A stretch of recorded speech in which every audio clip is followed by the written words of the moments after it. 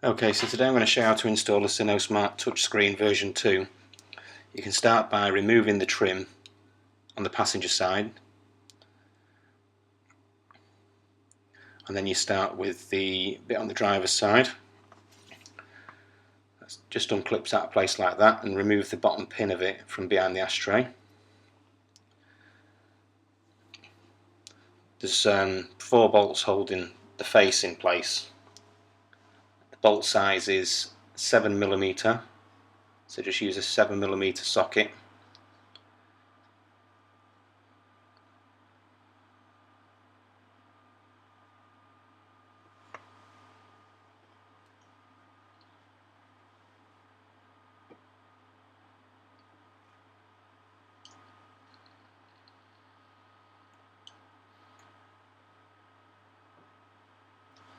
You'll notice that I've already got a version 2 screen fitted to the car.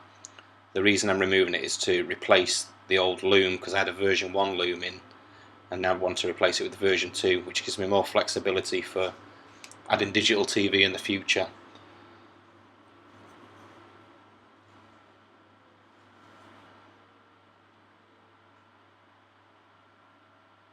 But basically the install process will be the same, apart from you'll see me removing the old loom.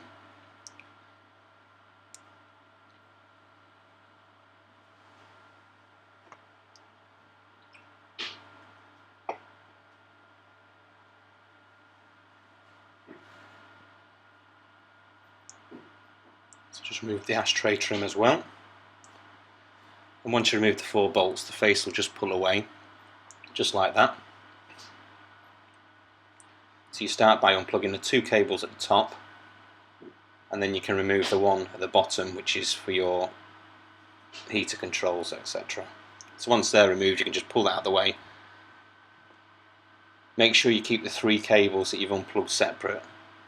Don't get them mixed up with the rest of them and end up getting in behind the back of the CD player, because you'll have to remove it again. So once you've done that, you can remove the 4 bolts which then hold in the CD drive.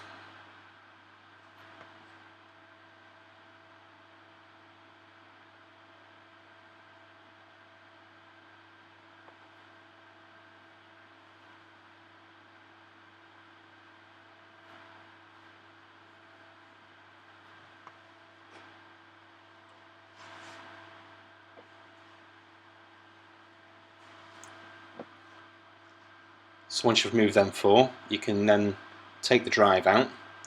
As you can see, that's the main loom from the car going into the back of the CD player, so you pull the clip out and unplug it.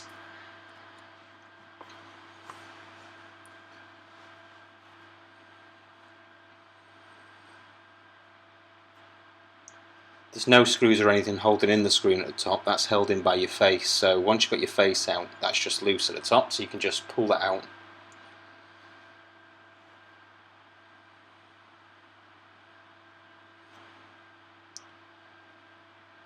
And then I'm just going to unplug the old loom out of the face.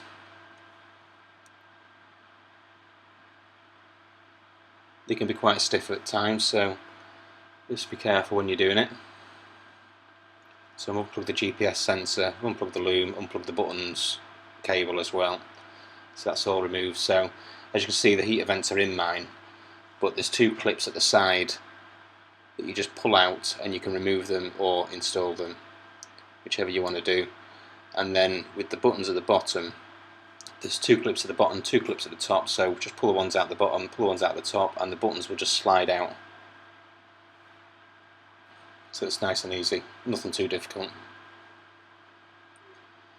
So now I'm just going to go ahead and remove the old loom.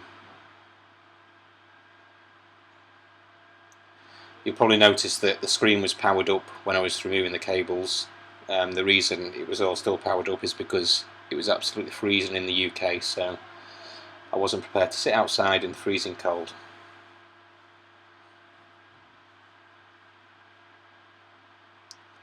So as I said, I'm just removing the old loom. This is something, if you're installing from new, you won't need to do that, so you can ignore this part.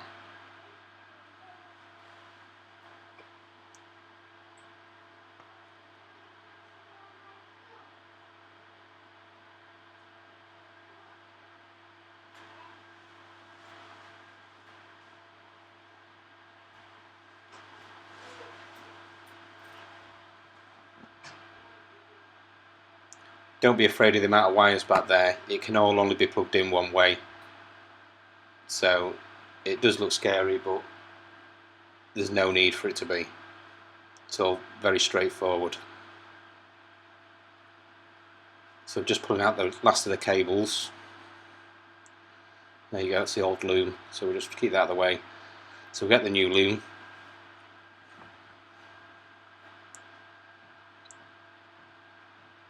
And you start with the white cable there, the white connector, which you can feed up through the back up to where your touch screen is going to be.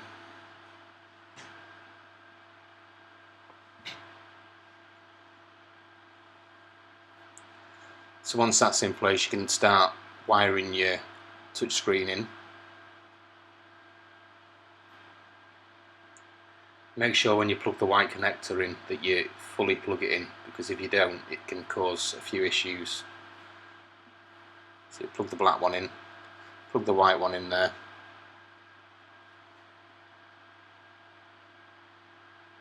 And then you need to have a route round for wherever your GPS sensor is and get the connector and plug that also into the back of your touch screen.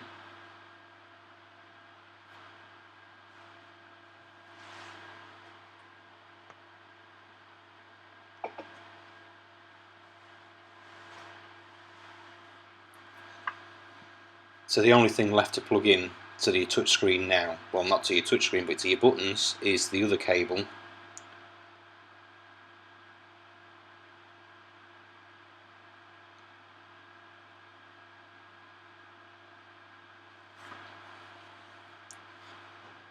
So I'm just going to have a look around for the other cable, which is that one there, and I'm just going to fit that back into the buttons, which is for your unlock and hazard lights. Once you've got all them cables fitted, that's pretty much the top half of it done, so you can just fit that back into place for the time being.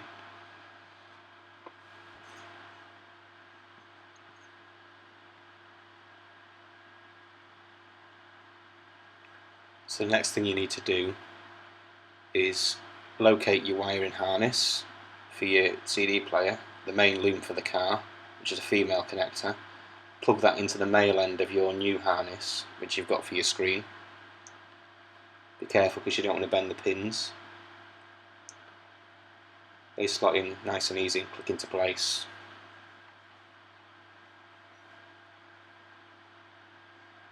You'll notice there's lots of other cables there, the green, yellow, red, white, and various other bits and bobs.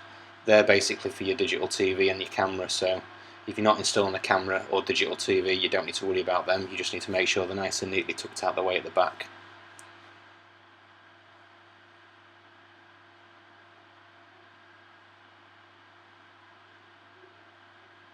I'm just locating the one for the microphone inputs because I've got an external mic for the Bluetooth. So I'm just going to find that now and plug it in.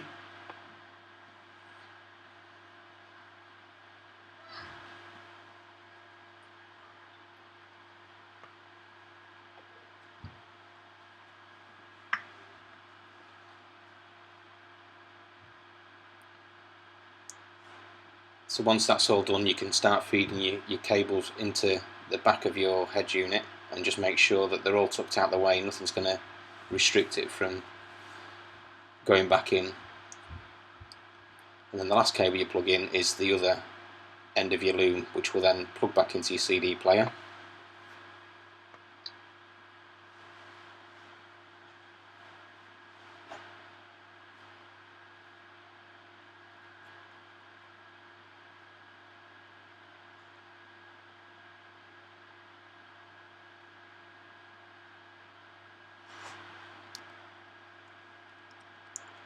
Again, just make sure that everything's tidy.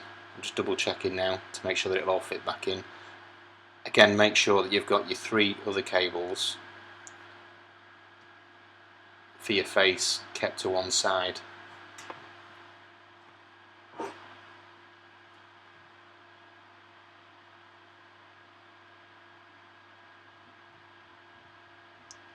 Once you're happy that you've got it all back in place as it should be, you can feed the CD player back in.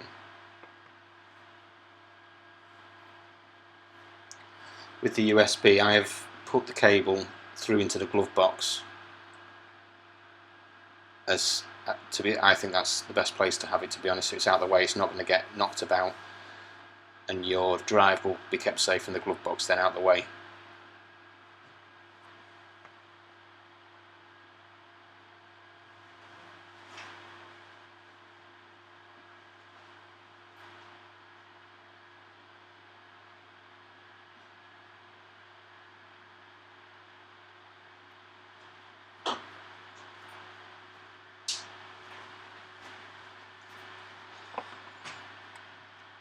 So I couldn't get mine back in place the first time, so just need to have another fiddle about with the wires around the back.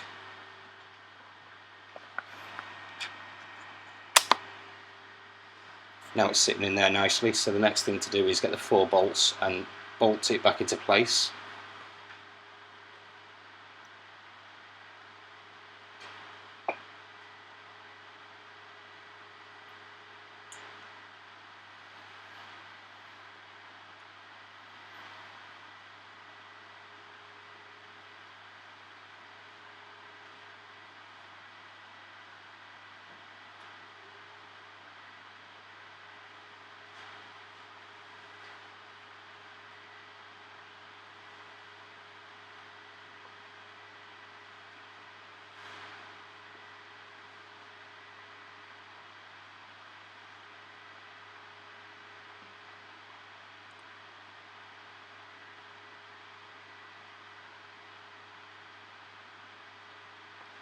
So it's all secure into place now, so your next step is to get the face and re-plug in your 3 cables which you've left out. The best way to do it is to start with the bottom one, so you can still easily get to your top ones. So plug the bottom one in, and then you can plug the top 2 in nice and easy then.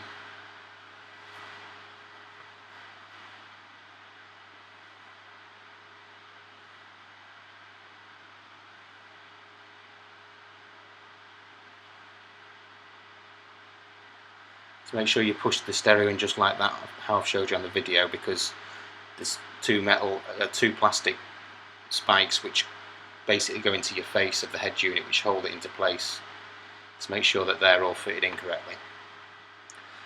And at this point it's always worth just having a double check, make sure that everything's working, make sure your heat's working, make sure your radio is working. If you've got factory DAB fitted, make sure your factory DAB works.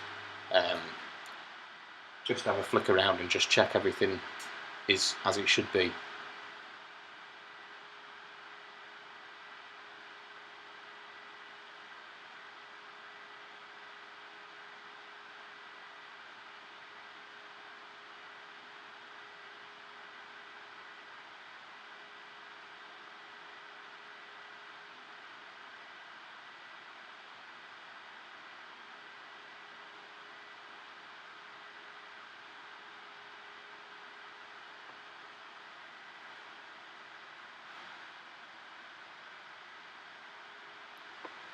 So I'm checking the vents are working, because obviously you've removed the vents from your previous unit, and you need to make sure that they align back up with the pipework at the back, so it's always worth checking that your vents and the air is outputting as it should be.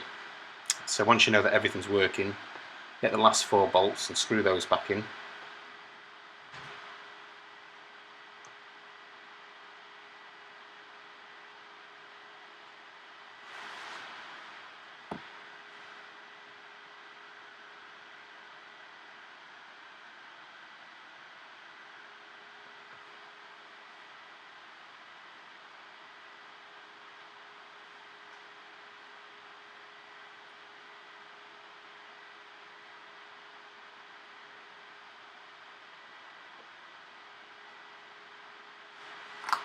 You'll see that I'm pushing the face up at the moment while I'm screwing it in. That's to make sure that it is securely holding the screen at the top.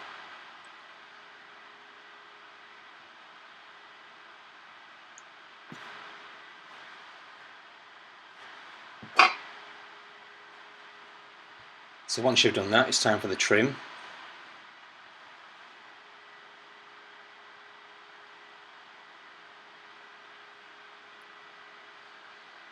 So start with the piece closest to the steering wheel, and you need to fit the bottom spike back into place behind the ashtray.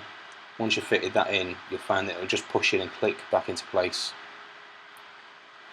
And then once you've got that one in, get your one from the passenger side and do the same process. Just get the bottom edge in first behind the ashtray.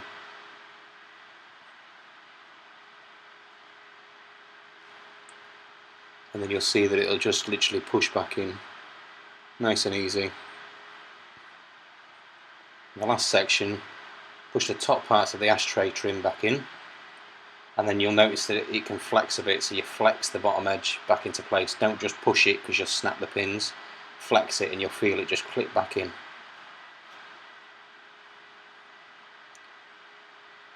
And that's it. So once you've done all that, that's basically it. It's all fitted, it's all installed, everything's working as it should. I'm doing this on a laptop, so it's hard to show you properly, but as you can see, the pit box pops up at the bottom. That's showing you volume at the moment. It's playing an MP3. We can load the sat nav.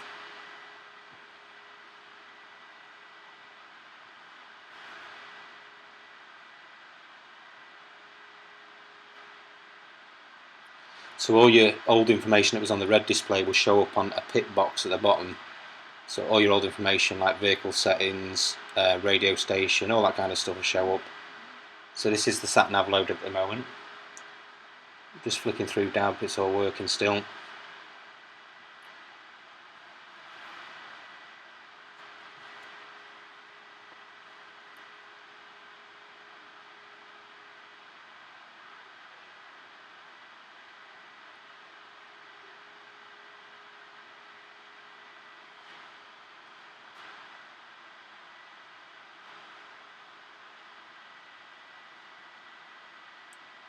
So that's where you can load your movies if you've got a USB in there with films on.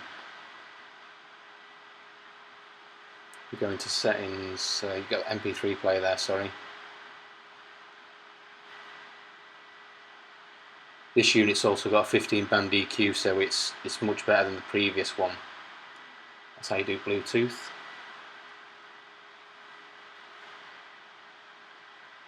So this is your 15 band EQ.